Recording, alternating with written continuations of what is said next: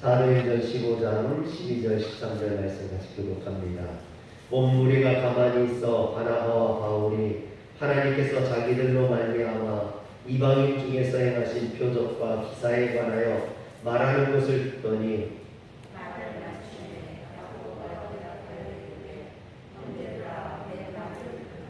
아멘. 할렐루야. 제1차 예루살렘 공의회의 주제는 이방인에 대한 할례의 문제였습니다.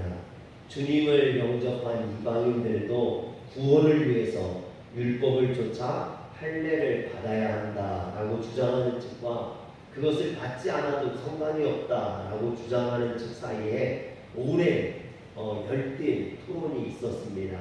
그런데 팽팽하던 이 토론의 균형을 깬 것은 바로 베드로였습니다.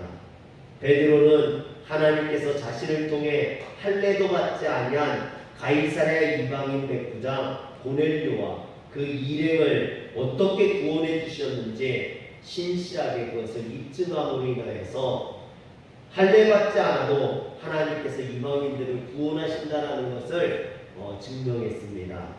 그리고 바울과 바나바를 지목하면서 유대인이든 이방인이든 오직 예수 그리스도의 은혜로만 구원받음을 우리는 믿는다라고 선언했습니다. 이처럼 사도 베드로가 자신의 다음 빠른자로 바나바와 바울을 지목함으로써 유대인들은 바나바와 바울의 말을 또 들을 수밖에 없게 되었습니다. 이에 바울과 바나바는 예루살렘 공의에 참석한 모든 사람들 앞에서 하나님께서 자신들이 목회하던 안디옥 교회 이방인 성도들에게 어떻게 은혜를 베풀어 주셨는지, 또 1차 전도 여행을 통해서 하나님이 그들을 어떻게 인도하셨으며 이방인들을 또 어떻게 부르시고 그들을 구원하셨는지를 상세하게 설명하게 됩니다. 즉 바나바와 바울은 우리가 사도행전 13장과 14장에서 보았던 그 바울의 제1차 전도 여행에 대한 이야기들을 지금 예루살렘 공의회에 모인 사람들에게 하고 있는 거죠. 즉 그들이 구브로 섬에서 복음을 전할 때 마술사 엘루마가 그들을 해방하다가 바울의 책망을 받고 소경이 됨으로 인하여서 그것을 보고 구브로 섬의 정도 서기오 바울이 주님을 믿게 된 사건이나 또 밤빌리아의 버가에서 바울이 퉁퉁병에 들려서 뜻하지 않게 주님의 인도하심에 따라 비시디아 안디옥으로 가게 된 사건들, 또 비시디아 안디옥과 이곤에서 핍박을 받고 쫓겨나게 된 이야기, 그래서 루스드라로 갔다가 그곳에서 선천성 안진뱅이를 바울이 고침을 인하여서 많은 사람들이 예수를 믿게 되고, 그러나 비시디아 안디옥과 이고니온에서 온 유대인들이 사람들을 충동질해서 바울을 돌로 쳐 죽여 성 밖에 내다 버렸던 이야기, 또 그 가운데 하나님께서 바울을 다시 살려주신 이야기, 이런 모든 이야기들을 바울이 지금 예루살렘 공의회에 모인 사람들 앞에서 증명하고 그것을 소상하게 설명하고 있는 겁니다. 이처럼 바울과 바나바는 그들의 전도 여행 그 자체가 이방인을 위한 하나님의 표적과 기사였다라고 설명을 합니다. 그 모든 여정은 그들의 의도와는 전혀 상관없이 하나님께서 당신이 택하신 이방인들을 친히 구원해내시기 위한 섭리였을 뿐만 아니라 신비스러운 은혜의 손길이었음을 증명하는 거죠. 이런 주님의 인도하심과 역사하심에 대한 간증 앞에서 할례를 주장하던 유대인 그리스도인들도 더 이상 할 말이 없어지고 조용해졌다라고 성경에 이야기합니다. 공의회에 참석한 모든 사람들이 이것에 대해서 이의를 제기할 수 없게 된 거죠. 그러므로 이제 이 열띤 토론이 이루어졌던 이방인의 할례 문제에 관한 것은 할례를 받지 않아도 구원받을 수 있다라는 것으로 결론내게 된 겁니다. 그렇다면 이제 공의의 분위기를 반전시켰던 베드로가 이제 할례 문제에 대해서 판결을 내리기만 하면 되는 거예요. 이방인들도 할례를 받지 않아도 구원받을 수 있습니다. 이렇게 판결만 베드로가 내리면 끝나는 거예요. 더 이상 이제 이 1차 공의회를 통해서 할례 문제는 더 이상 거론되지 않게 되는 겁니다. 일반적으로 예수님의 수제자로 알려진 이 베드로, 초대교회 지도자였던 이 베드로가 이렇게 결론만 내면 되는 건데, 그런데 오늘 제1차 예루살렘 공의의 최종 판결을 내린 사람이 베드로가 아니라는 겁니다.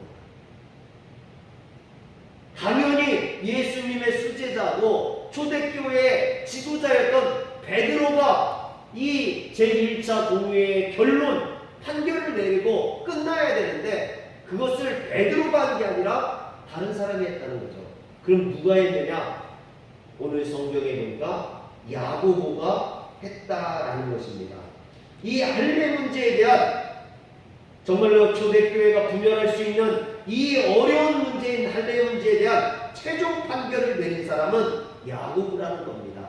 그래서 오늘 말씀 13절에 보면 말을 마침에 야고보가 대답하여 이르되 형제들아 내 말을 들으라 그랬습니다. 이처럼 야고보가 최종적인 판결을 할 수 있었던 것은 제1차 예루살렘 공의회 의장이 바로 이 야고보였다는 것을 증명해 줍니다. 즉 초대교회 지도자, 최고의 지도자, 그리고 제1차 공의회의 의장은 베드로가 아니라 야고보였다는 거죠. 그렇다면 이 야고보는 누구냐라는 거예요. 지금 1차 공의회의 의장인 이 야고보는 누구냐라는 거죠. 여러분, 예수님의 제자 중에 야고보가 있죠. 요한의 형제 야고보. 그렇다면 이 야고보는 예수님의 제자였던, 또 예수님이 사랑하는 자랑했던 요한의 형이었던 야고보냐? 그렇지 않습니다. 왜냐하면 이 요한의 형제 야고보는 사도행전 12장 2절에 보면 분봉왕 헤롯 아그리파 1세에 의해서 이미 참수형을 당해서 순교했기 때문이라는 거죠. 이미 사도행전 12장 2절에서 이미 순교하고 없다라는 거예요. 그렇다면 지금 제1차 공의회의 의장으로서 이 최종적인 결론을 내리고 있는 이 야고보는 누구냐라는 거죠. 사도 야고보도 아니고 도대체 누구냐라는 겁니다. 오늘 그래서 여기에 나오는 이 야고보는 대부분의 학자들이 주의 형제 야고보라고 이야기합니다. 마태복음 13장 55절에 보면 예수님의 형제가 4명이 나옵니다. 그중 첫 번째 동생이 야고보예요. 이는 그 목수의 아들이 아니냐? 그 어머니는 마리아, 그 형제들은 야고보, 요셉, 시몬, 유다라 하지 않느냐. 즉 예수님의 바로 밑에 동생이 야고보라는 겁니다.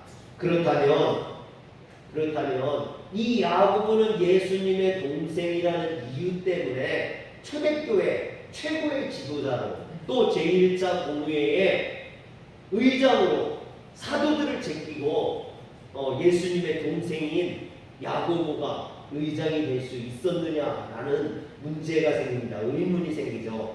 그러나 여러분, 우리가 알듯이 예수님은 성령으로 말미암아 잉태된 것으로서 인간의 정욕을 따라 난 야고보와는 다르다고 볼 수 있죠. 물론 사람들이 보기에, 인간적으로 보기에 한 어머니인 마리아에게서 태어났기 때문에 세상 사람들이 보기에 예수님과 야고보는 친형제죠. 친형제.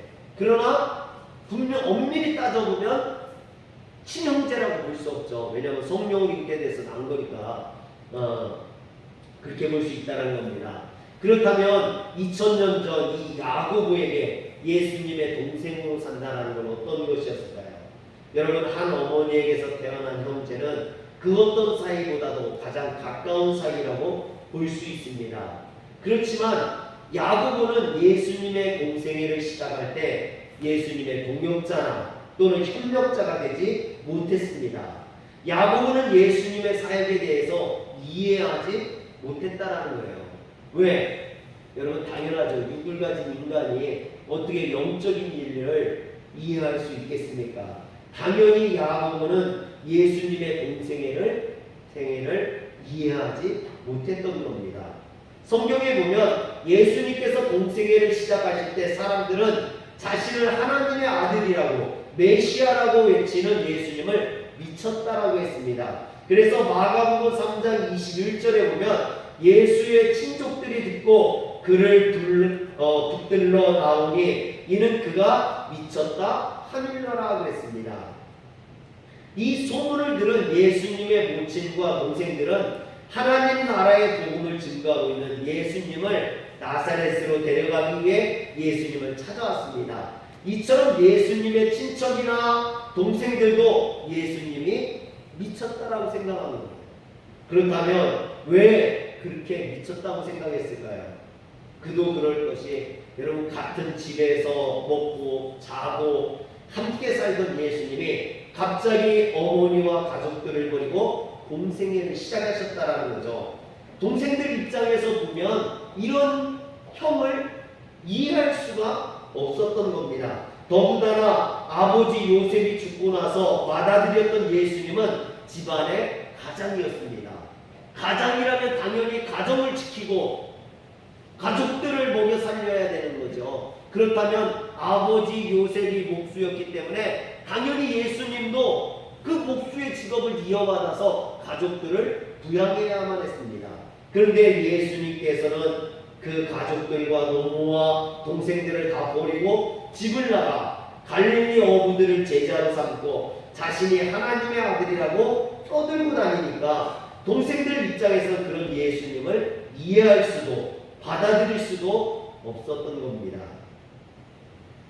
그래서 그들도 다른 사람들처럼 예수님을 미쳤다고 생각할 수밖에 없었던 것이죠.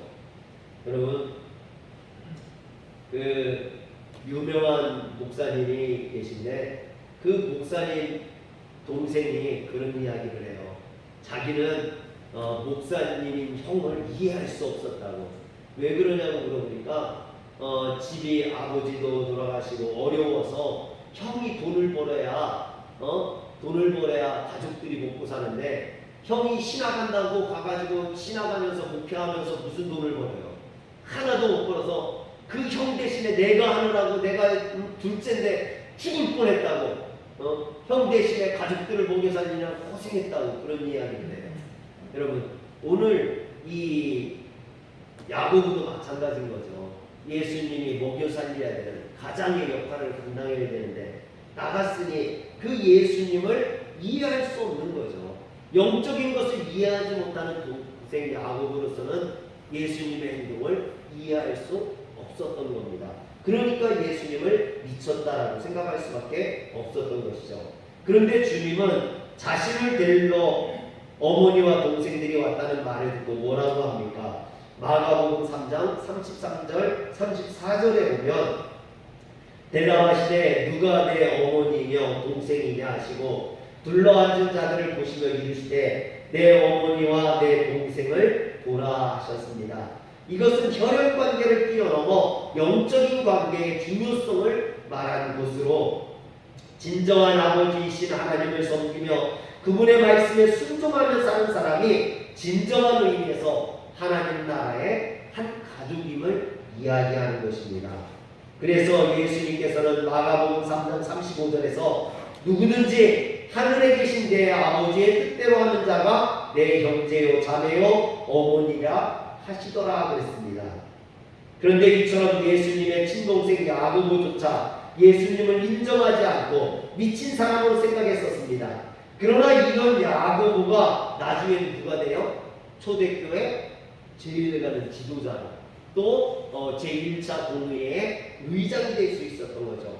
그렇다면 어떻게 이 예수님을 인정하지 않던 미친 사람 취급을 했던 동생 야고보가 이렇게 변화될 수 있었느냐라는 겁니다.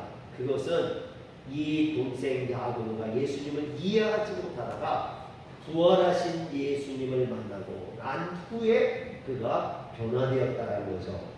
여러분 고린도후서 15장 7절에 보면 그 후에 야고보에게 보이시며 그 후에 모든 사도에게와 그랬어요. 즉 사도들에게 보여주기 이전에 야고보에게 주님이 친히 개인적으로 만나주셨음을 의미합니다. 이처럼 예수님은 십자가에 못 박혀 돌아가셨다가 사흘째 되는 날 죽음을 깨뜨리고 부활하셔서 특별히 동생 야고보를 찾아와 그를 만나 주셨습니다. 이는 이 땅에서 당신의 동생으로 당신과 함께 살아온 야고보에게 자신을 확인시켜주는 당신이 이 땅을 강림하신 성자 예수 그리스도이심을 보여주신 것입니다. 이런 사건을 통해서 이 동생 야고보는 자신의 형이 진짜 하나님의 아들이시오 그리스도라는 것을 깨닫게 되었던 거죠. 야고보가 이처럼 주님의 동생으로 태어난 것이나 그러나 부활하신 주님을 만난 것이나 여러분 어떻게 보면 이 야고보가 한 건 아무것도 없어요. 그렇죠. 야고보가 예수님의 동생으로 태어나고 싶어서 태어난 건 아니잖아요. 또 부활하신 예수님을 만나고 싶어서 만난 것도 아니에요. 초대교회 지도자가 되고 싶어서 된 것도 아닙니다.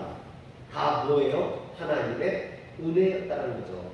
하나님이 이 야고보를 예수님의 동생으로 태어나게 하시고 부활하신 주님이 그를 만나주셨고 이건 노력으로 어떤 야고보의 어떤 열심으로 되어진 일이 아니라 전적으로 하나님의 은총이라는 겁니다. 그렇다면 야고보가 초대교회 지도자가 되고 제1차 공의회 의장이 된 것은 단지 예수님의 동생이었기 때문에 혈연에 의한 것, 요즘 말로 하면 아버지 찬스처럼 형 찬스를 써서 이런 교회 지도자가 된 것이냐? 그렇지 않다라는 거죠. 오늘 말씀 14절에서 21절까지 말씀은요 야고보의 말입니다. 야고보는 베드로와 바울과 바나바의 뒤를 이어 일어나 그들의 간증을 철저하게 하나님의 말씀에 입각해서 결론을 내립니다. 하나님의 말씀을 토대로 판결을 내립니다. 이것들을 볼 때 야고보는 당시 초대교회에서 하나님 말씀에 가장 능통한 그런 하나님 말씀의 전문가였던 것을 보게 됩니다. 주의 형제 야고보도 당연히 예수님과 같은 여러분 갈릴리 사람입니다. 가난하고 못 배운 목수의 아들입니다. 그런데 어떻게 이런 야고보가 이처럼 하나님 말씀에 능통한 자가 될 수 있었느냐라는 거죠. 여러분 야고보는 예수님의 동생으로 태어나 자신의 의지와 상관없이 늘 주님 곁에 있었습니다. 그러나 예수님께서 성자 하나님이심을 확인한 후 야고보는 예수님의 승천 이후에 스스로 말씀을 가까이 함으로 자신의 의지를 다해 말씀이신 예수님 곁에 있었다라는 거죠.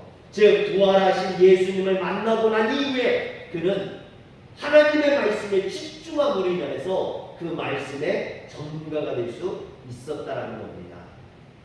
우리말로 하면 늦게 회개한 거죠. 늦게 돌아온 거예요. 예수님이 사역할 때는 그것을 반대하고 미친 사람 취급을 하다가 부활하신 예수님을 만나고 난 뒤에는 그가 말씀에 붙들린 사람이 되었던 거죠. 그래서 이 야고보가 지은 성경이 야고보서예요. 여러분 야고보서를 보면요 그 풍부한 어휘나 수사학적인 기교 구약에 대한 해박한 지식을 볼 수 있어요. 신약 성경 중에 이 야고보서보다 더 이런 수사학적인이나 구약 성경에 대한 지식이 뛰어난 성경은요 바울이 쓴 히브리서와 로마서밖에 없습니다. 바울이 쓴 히브리서와 로마서를 제외하고는요 이 야고보서를 따라갈 수가 없다는 거예요. 그만큼 이 야고보는 하나님 말씀의 전문가였던 거죠. 그만큼 야고보가 당대 한문뿐만 아니라 구약에 능통했다는 것을 우리는 알 수 있습니다.